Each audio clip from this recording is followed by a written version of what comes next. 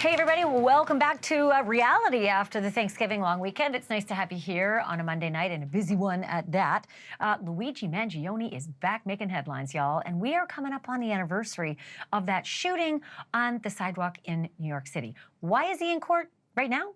Because he's still got a lot of prep right before he actually goes to trial for these murder charges, right, federal and state. Turns out he got gussied up for court today in the first suit he's worn since this whole thing began, to fight like a tiger to get rid of all the evidence, at least the evidence that, you know, is like the smoking gun. And when I say smoking gun, I actually mean the gun that police say was in his backpack. The gun police say was in his backpack in that McDonald's and matched the gun used to kill the healthcare executive. And then that whole business of the manifesto in the backpack in that McDonald's that said, I'm gonna kill a guy, you know, effectively. I jest, but really, look, the manifesto was pretty clear. I don't like healthcare, I don't like the way it's run, and I'm gonna track this guy, you know, to New York, because what a message it would send. So what if that evidence goes away? What if they can't use that evidence? Is Luigi walking free? I'm gonna walk through all that with you in just a moment. And you heard Leland just say Elizabeth Smart's gonna be on the program. Wow, I did not expect this. But Elizabeth is weighing in on a very newsworthy topic right now, and that is Jeffrey Epstein and Ghislaine Maxwell. Because Elizabeth said, I was there for that kind of thing. I was there when the woman made it possible for the guy to do what they do to kids. Elizabeth is being frank and honest with her language about what Wanda Barzee did to her, specifically while Wanda Barzee's husband was raping her. And she says Ghislaine Maxwell did the same thing while Jeffrey Epstein did his thing. And she said, if we'd only learned better lessons from what happened to me, one of Epstein's victims would still be alive today. It's a great take, and she's very passionate about this. I can't wait to talk to her about it. Also, if you ask anybody your greatest fear, you know, some people will say snakes and spiders, others will say being buried alive, right? There is one step further than being terrified by something like that, and that is being cremated alive. Couldn't happen, right? Except to this lady in this casket who was about to be rolled into the crematorium, but if you could see this video, she is clearly not dead. The casket lid was removed when they heard some knocking. And yeah, it was just in the nick of time. So speaking of the just in the nick of time expression, kind of gives way to the expression dead ringer and Saved by the Bell. I'm going to explain why all of those have to do with what you just saw happening right there. All of that is just ahead. But what do you suppose Luigi Mangione is pondering in his jail cell right now? You and I are here having a gay old time, right? You're watching TV, I'm doing the work thing. He's in the cell after his first day in court. I have an idea what he's thinking, and it might have to do with the following questions. When is a smoking gun not a smoking gun? When is an anti-insurance manifesto not an anti-insurance manifesto? And the answer, of course, is when they're ruled inadmissible at trial, off limits as prosecution evidence. If a jury doesn't see them, they might as well not exist, right? That is the exact reason that Luigi Mangione will be spending much of this week in a New York City courtroom, almost exactly 1 year after he allegedly gunned down United Healthcare CEO Brian Thompson on a Manhattan sidewalk. The actual anniversary is this Thursday, and I'm going to get to just how well his arguments went down in court today, but first things first. Luigi walked into the courtroom today in shackles, but the judge let him swap out his jailhouse jumpsuit for some pretty nice threads. Here's the actual wardrobe note that spells out exactly what he's allowed to wear all this week during his case. 2 suits, 2 shirts, 3 sweaters, 3 pairs of pants, 5 pairs of socks, and 1 pair of shoes. No laces. Can't have the laces. Still an inmate, fella, no matter what you wear in court. And for the hearing itself, he is allowed to lose the hardware, meaning he can sit in court unshackled. I should also note that this is state court, where Luigi faces 9 charges, including murder. But he's also facing that federal charge, a murder charge, right, for the very same crime, and the feds are seeking death in that case. The state trial will likely come first, and Luigi's backpack, which was brimming with smoking guns, almost literally, will either have a starring role in the case or it won't come up at all. That, my friends, is Luigi is pondering in his cell tonight. He certainly hopes that no one is ever going to hear a mention of it, aside from you and I talking about it right now. But I don't know, you might not be on the jury, so it won't matter for you. But the 12 people who will be impaneled in his case, 24 if you think of 2 cases, it's going to matter to them. Luigi had his backpack with him at this here McDonald's restaurant when he was spotted and arrested in Altoona, Pennsylvania. That was 5 days after the shooting. The local cops searched his backpack right there and then in that restaurant. And they must have thought they hit the jackpot because they found, among other things, a 3D printed handgun that prosecutors say matches the weapon, the murder weapon. They also found a notebook filled with handwritten complaints about for-profit healthcare, including a plan to, quote, whack a health insurance executive at an annual conference. Yeah, smoking guns. What the police did not lay their hands on that day was a search warrant, which, let's be clear, is not always necessary, right? It's not always a must when somebody's arrested, you know, to have a search warrant to go through their bag or their backpack or their car, right? But Team Luigi claims the circumstances in Altoona, those were different. It was required. And without a warrant, nothing on Luigi's person can be used against him. My first guest was in court for day 1 of what amounts to a mini trial. Eric Ubelacher is the New York City Courts reporter for Courthouse News. Eric, first and foremost, the reaction when, I'm always curious about when Luigi walks into a court hearing, and I don't say that for the prurience of it. I say it because he's amassed a following of millions of fans. Some of them show up in person to be there in the courtroom to lay eyes on him in person. So what was the reaction when he walked in wearing a suit for the first time? Well, let's be clear, the people that made it to court today in support of him were likely very, very tired. There were camps, tents set up outside of the courthouse for pretty much the entire Thanksgiving weekend for people hoping and praying to get inside. Court officers did a very nice job of not letting the spectacle of this case interfere with the proceedings of the day. There was no audible gasp or anything when he walked in. There really hasn't been in any of the appearances that I've been at. But it was a little bit different. He didn't walk up the center of the aisle of the courtroom as he normally does. He came out from the holding cell in the back, so there was kind of even less of an opportunity. But as you noted, it was the first time we've seen him in this particular getup. He was not shackled for the entirety of the court hearing.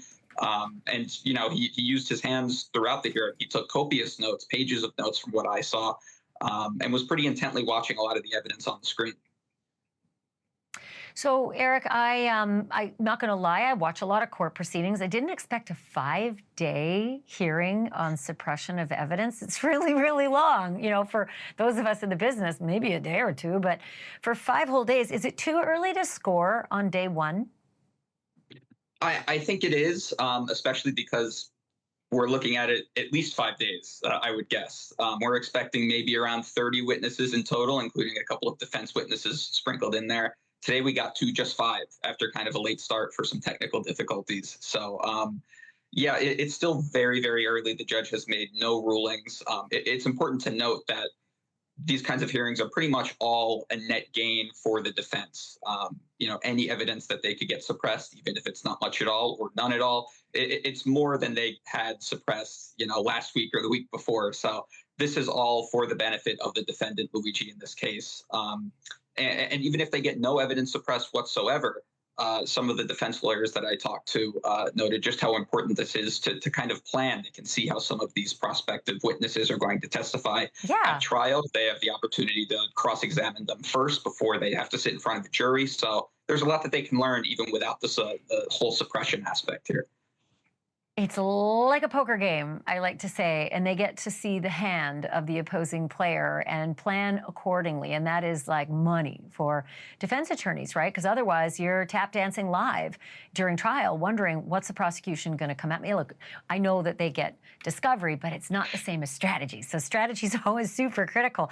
Okay, I want to talk a little bit about something else that's not getting as many headlines, and that is The gun in the backpack and the manifesto are all really big. But there's all these statements that Luigi apparently was making. For lack of a better description, it kind of sounds like he was singing like a canary when he was in his holding cells in Altoona, well, in Pennsylvania, but also I think when he got to New York possibly too.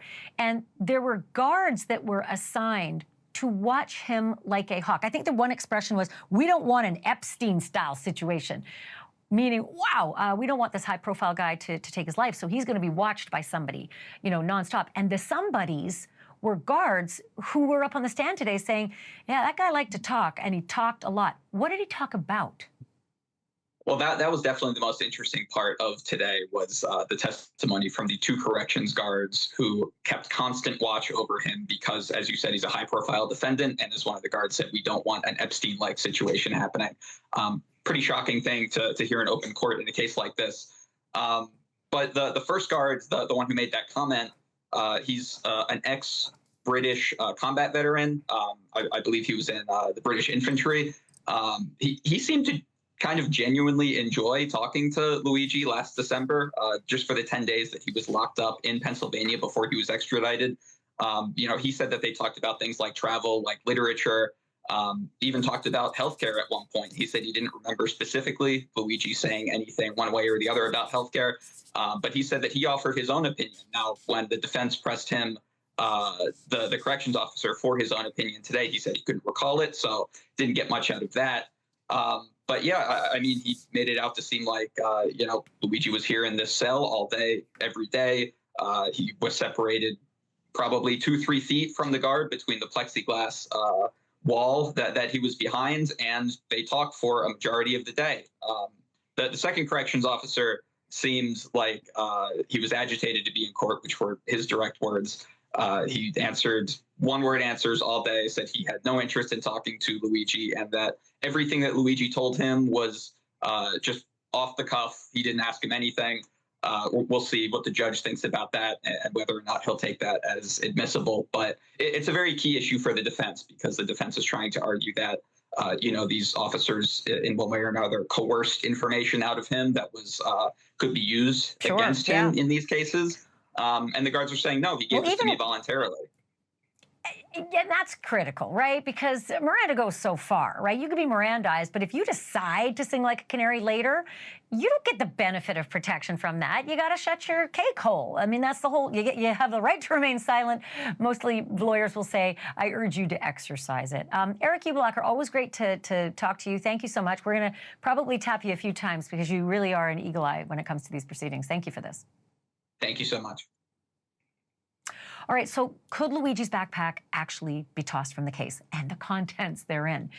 Is there even a case without it, both state and the feds, if that backpack goes away? I'm joined now by defense attorney and former prosecutor and friend of the show, Mark Eiglarsh. I'm going to just put it to you. I mean, if the backpack goes away and the gun goes away and the manifesto goes away, Mark, do they have a case?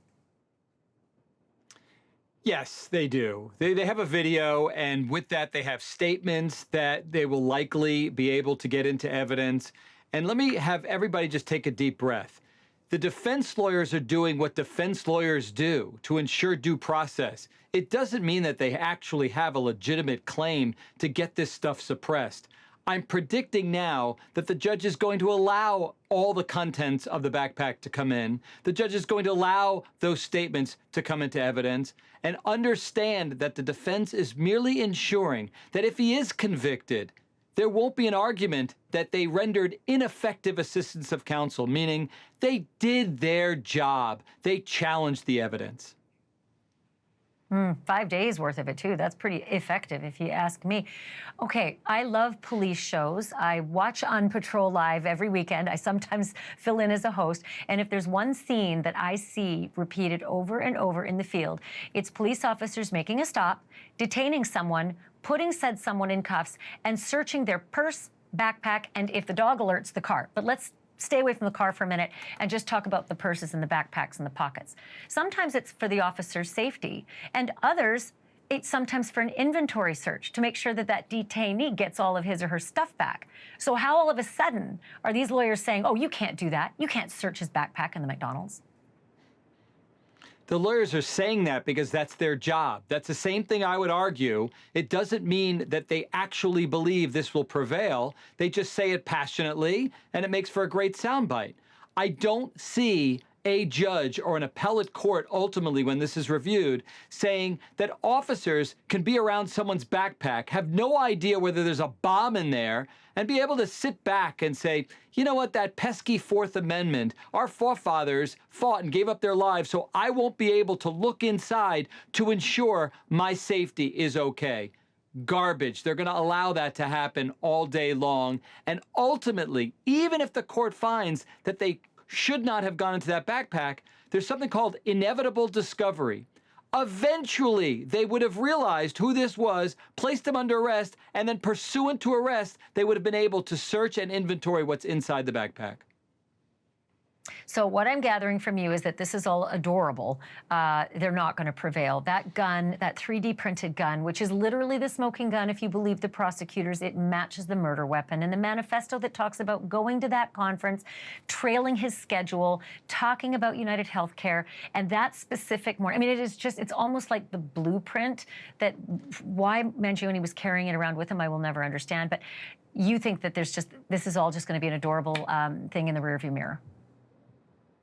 I wasn't going to correct you when you said adorable once, but you said it twice. I don't agree that anything's adorable about this. I don't love that word. I will tell you, though, that you can't entertain a plea offer with a client like this, I've been there, until he knows what type of evidence will be used against him. And until you challenge the evidence, you don't know what the case is. Once all these defense motions are denied, and then his attorneys have a come-to-Jesus discussion with him, like, hey, dude, we're likely not going to win this case. And, oh, and by the way, you may get the death penalty in the federal arena.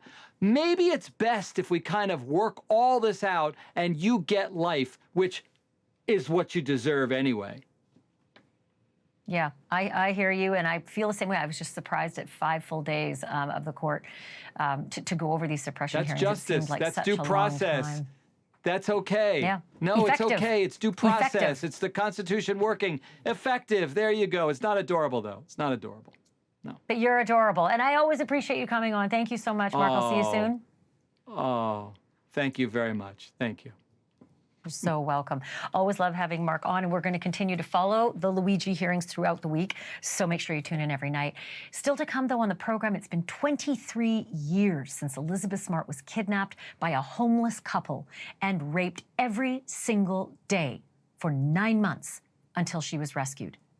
Ever since there, Elizabeth has been a tireless advocate for victims who suffer crimes like she did, and now she has set her sights on another twisted couple, Jeffrey Epstein and Ghislaine Maxwell, and how one of their victims might still be alive today if we had only learned from Elizabeth's case. She is standing by live to talk to me next. And make sure you check out Drop Dead Serious, a whole bunch of new episodes that just dropped this Thanksgiving weekend. We're back right after this.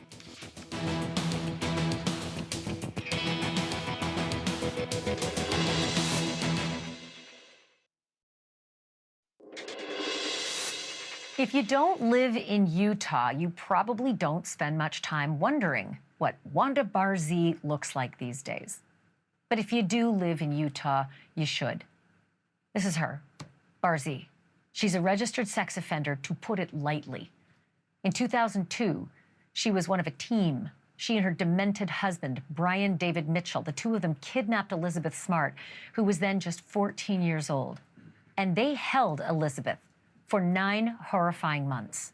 And every single day of that ordeal, Brian David Mitchell raped Elizabeth Smart relentlessly, sometimes multiple times a day. And Wanda Barzee helped him do it, sometimes even holding her own body up against Elizabeth's while he was raping her. Brian Mitchell is serving a life sentence, but Wanda Barzee, well, don't even ask. Somehow she got out and she's free. And she has been smiling in her sex offender photos for years now. Just take a look at that. Just take a look at your screen.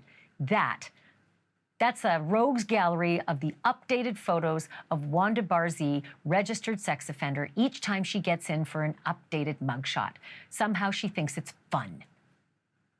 Elizabeth Smart now says that their perverted partnership calls to mind another sick and twisted couple from the opposite end of the wealth and power spectrum. Jeffrey Epstein and Ghislaine Maxwell. Elizabeth Smart's latest book comes out days from now. It's called Detours, Hope and Growth After Life's Hardest Turns. Smart is also a mom and a wife and a child safety advocate. She's also a friend of this show, and I'm pleased to welcome her back. Hello, Elizabeth. It's good to see you again. Thank you for doing this. Oh, it's great to see you. Thank you for having me. Well, I'm not going to lie. I was a little bit surprised when I saw you weighing in on the Jeffrey Epstein and Ghislaine Maxwell case. But as I thought through it, it made perfect sense. But I was so curious as to when it sort of dawned on you, the thesis that you've posited, and when you decided to come out publicly with it. I mean, I would say right from the start, I was invested in this case and I have followed it. And I felt like the connection for me was really pretty apparent from the start. But I guess it was in more recent time that I felt like I needed to say something. I mean, with Virginia passing away earlier this year, I just felt more needed to be done. And this case where these lists of names were going to be released and then they're not, and then just so much back and forth, I just felt like this is not fair. This is not right. It shouldn't matter what your background is. You shouldn't be able to hide. You shouldn't be able to buy your safety. Yeah, and Virginia Giuffre, we should remind people that she came into being known as a public entity as an adult, but she was 17 when that photograph was taken with Prince Andrew's arm around her bare midriff and Ghislaine Maxwell smiling in the background. This, you've got to remember, is a 17-year-old girl who was already ensconced in this life, being flown all around the world and being, asked to service Jeffrey Epstein's male friends, allegedly Prince Andrew being among them. She died by suicide this year, and this was like a heartbreak to you. Tell me a little bit more about how you were affected by the news of her death. It felt like, I felt like we had failed her. I feel like so many victims, when they come forward, when they try to share their stories, especially if it's against respected people in the community, they are put on trial in the court of public opinion. And part of me just feels like we really failed her. I mean, were we there the same way that communities have come together for me? I've had so many people over the years say to me things like, I prayed for you, I searched for you, I remember exactly where I was the day that you were rescued. And that support has honestly helped me so much in my life. Nobody's ever turned to me and been like, I don't actually think you were kidnapped. I actually think you ran away. No one's ever said that to me.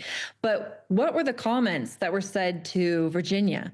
I mean, did she feel that same support? Or did she feel like people were tearing her apart? Or she wasn't really a child? 17 is just so close to being an adult. It's not really a child. Well, actually, 17 is still a child. And that wasn't her first encounter at 17. I mean, are you saying that I was an adult? 14, 15? That's not that different than 17. I mean, 17 is still a child. Yeah. What do you attribute this to? Because we all saw the pictures of Brian David Mitchell and Wanda Barzee. They were just this frantically scattered, homeless couple, rife with all sorts of mental illnesses and just, plagued with criminal intent in what they did to you. These were some of the first, if not the first, mugshots that came out. Do you ascribe sort of the economic difference in the strata between these two and Jeffrey and Ghislaine, who were literally top of the A-list? I honestly haven't thought too much about their side and the economic differences between them, other than I feel like it did play a role in their cases. I feel like it has made a role in Ghislaine. I feel like it's played a role in her case. And, but beyond that, no. I feel like maybe because it looked like I came from a really nice upper class family, I think that could have played a role in why people maybe believed my story and supported me a bit more than Virginia. It's heartbreaking to think that kids are kids, you know, no matter who their families are. I mean, I always cite your case, Elizabeth, when a child goes missing and parents are questioned because nobody believes that the boogeyman can just come into a house and steal a child. But the boogeyman came to your house and stole you. It happens. It's happened multiple times in my career. I've covered it. And, you know, the boogeyman doesn't have to take you from your bed. They can take you from anywhere. They can take you from a school ground, which is what so many of Epstein's victims were taken from. They were taken from cheerleading practice. They were taken from, you know, their high school friends were co-opting them into it, thinking they were doing the right thing or at least trying to protect themselves. I want to ask you just something personal, if I can, because even when we were producing the story today, the producer who I worked with on this story, Michelle, we had a conversation about how we would present it because we didn't want to hurt you. Telling the story of Barzee and her crimes and showing those mugshots, we were worried how it would be for you to see that and process it right before I was interviewing you. And it made me realize you're seeing it on the news all the time. She just made the news last week. How do you process this stuff, even 23 years later? I certainly am not happy about seeing her pictures in the news. There is a level of disappointment, I feel like, when it comes to her case specifically, and knowing that she has been released and she's out. I also have to remind myself that it's really only about 1 in every 1,000 predators that actually is successfully prosecuted. And so when I think of that, I am happy, I don't know if that's the right word, but I feel lucky that my case got some kind of, again, I hesitate to use the word justice, but it was prosecuted. And so many victims never get that. And then I also have to remind myself that this is my life and I only get one shot at life. And do I really want to live my life being upset or angry or scared knowing that Wanda Barzee is out there and in the news? And maybe I'm just that stubborn, but I don't want to live my life unhappy. I mean, I want to have a wonderful life. I want to be happy. I want to do all the things I want to do. Well, I hope your next book is called Resilient, because I think you're just the shining example. I just want to wish you and your family a belated Thanksgiving, happy Thanksgiving, and the best of the holiday season to you. Can't thank you enough for this. Well, thank you. By the way, everyone, Elizabeth's new book is called Detours, Hope and Growth After Life's Hardest Turns. It comes out on December 16th, which is perfect in terms of holiday gift giving. Hint, hint, not a bad idea. Coming up next, does it ever work when a defendant stands up in court and says, sure, I cut up her body and threw away her parts, but I didn't kill her? Because that's what this guy wants us all to believe. But if Brian Walshe didn't kill his wife, Anna Walshe, how did Anna die? Well, folks, you better put on your Chad Daybell thinking cap because this guy is using his playbook. Tell you all about it next.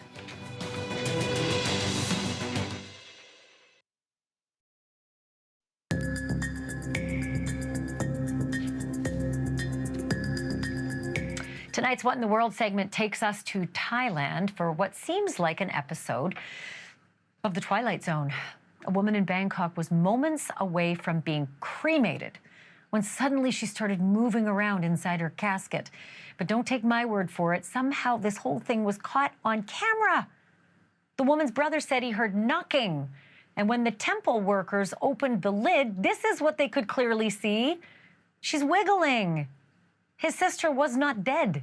She actually opened up her eyelids, if you can believe it, in this moment. So how in the world did everybody think she was so dead she was literally about to be rolled into the crematorium? The brother said that she had been sick for a long time and became unresponsive and appeared to stop breathing 2 days earlier.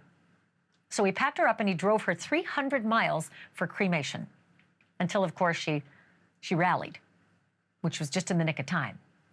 Too bad she didn't have a bell to ring, because, fun fact, some people say the term dead ringer comes from the fear of being buried alive. In the 18th century, legend has it, a dying person would ask to be buried with a rope attached to a bell that would be ringable on the surface. If the person wasn't strictly dead, when they were laid to rest. They could yank on the rope, ring the bell, and one hopes somebody would hear it and dig them up. That is, if that somebody was working the quote-unquote graveyard shift. Once rescued, that so-called dead ringer, get it, dead ringer, would be saved by the bell. We had a lot of expressions there that come from this whole scenario, but the word police say they think that dead ringer, probably something different. They think it comes from horse racing instead, and that saved by the bell, that one is actually a boxing term. But hey, word police can argue. When we come back after the break, my colleague Brian Enton has been busy in a courtroom in Massachusetts today trying to figure out what this guy thinks he's going to do with that file he's carrying. Because if that file is his story, it is a joke. Look, it's not my opinion. It's the jurors in the Chad Daybell trial who said he tried the same thing on them and they laughed him all the way to death row. So, what's up for Brian Walshe? How bad could it get? That's next.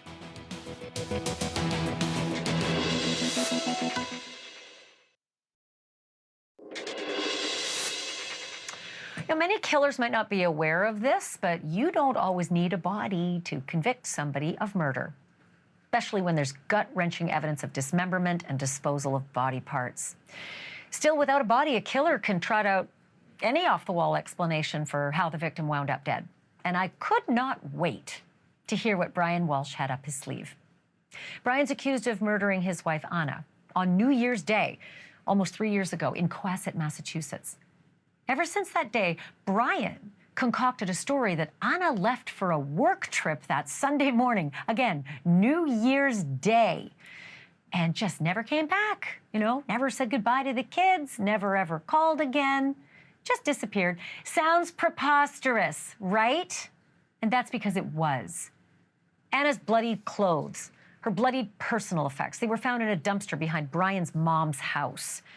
Damning internet searches, along with knives and blood, were found in Brian's basement.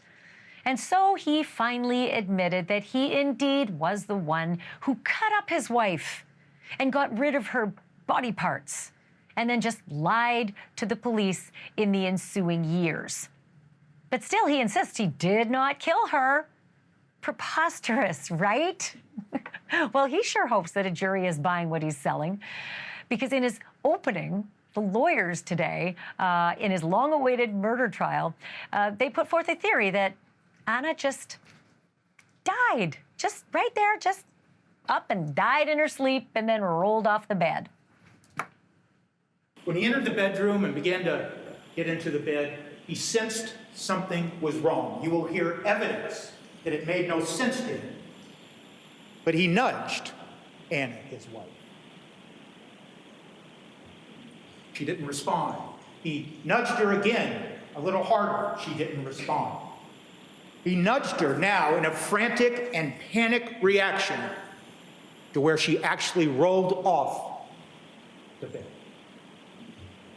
You will hear evidence in this case of sudden, unexplained death. You will hear evidence that it is rape. You will hear evidence that it happens in young people and old people. You will hear evidence it happens in male and female. Sudden, unexplained death? Seriously, like SIDS, but only SUDS?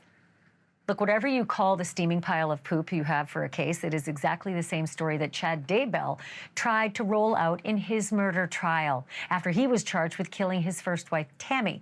And newsflash, it did not work for Chad, and it's already not looking great for Brian. Prosecutor pointed out that Anna had a $2.7 million insurance policy package. And again, there were those pesky internet searches that were conducted just hours after Anna supposedly just up and died in her sleep. At 4:54 a.m., the MacBook searched best way to dispose of a body, and then went to similar websites for more than an hour.